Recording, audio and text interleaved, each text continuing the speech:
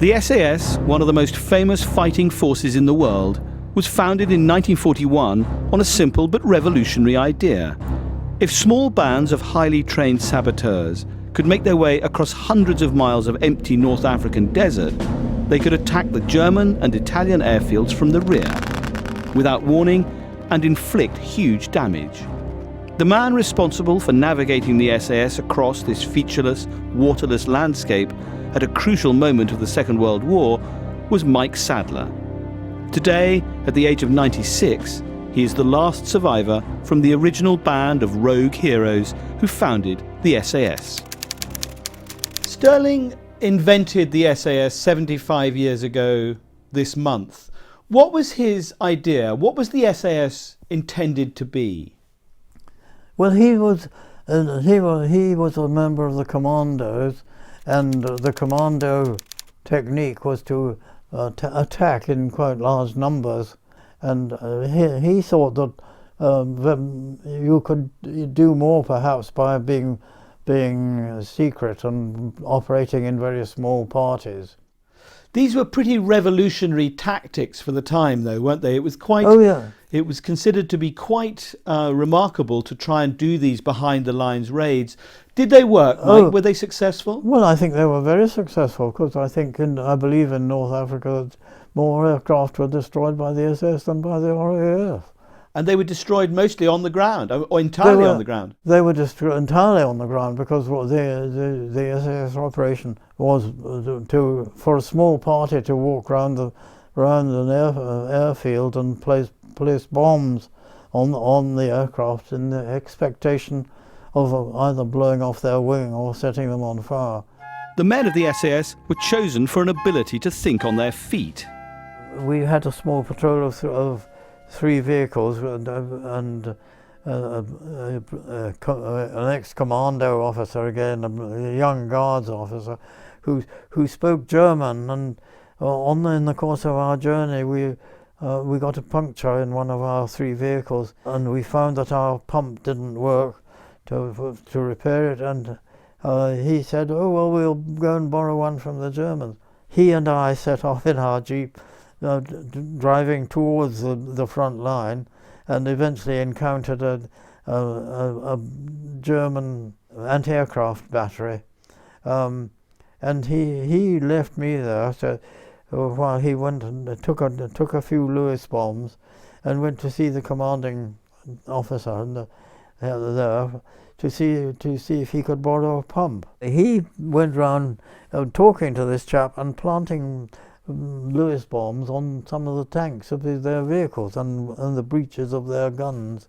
Came back to me and complete with a pump that he obtained. The pump didn't work. He said, "Oh, we'll go back and get another one." But in the meantime, these bombs had gone off. Every time a raid was carried out, they were hunted back across the desert by enemy planes. Was it terrifying being attacked from the air? Well, yes, it's not pleasant. I mean, you can see the lines of bullets approaching and sort of going past in the dust. But you rather hope that they will miss you. Well, I always felt that they would miss us somehow. I think one tends to be a bit optimistic in these situations. Optimism served Mike Sadler well. During his last desert operation, he and a troop of SAS were hiding out in a deep ravine, fast asleep. First thing I knew, somebody was kicking me and prodding me. I looked out of my sleeping bag and found two members of the Africa Corps. One of them was prodding me with his automatic rifle. The Germans told them to stay put while they rounded up the other British soldiers. Sadler and 2 other men saw their chance to leg it. We knew we couldn't get to our weapons or anything, because they were all buried under the tarpaulins, and we would have been done in long before we ever got the first knot off. And so the only alternative was to either go into a POW camp or try to escape. So we decided to do that. Well, we didn't decide, we just did it. They scrambled out of the ravine and hid until the Germans gave up the hunt. And we were then faced with this very long journey I think 100, something, possibly as much as 110 miles, I think it was, to Tazur.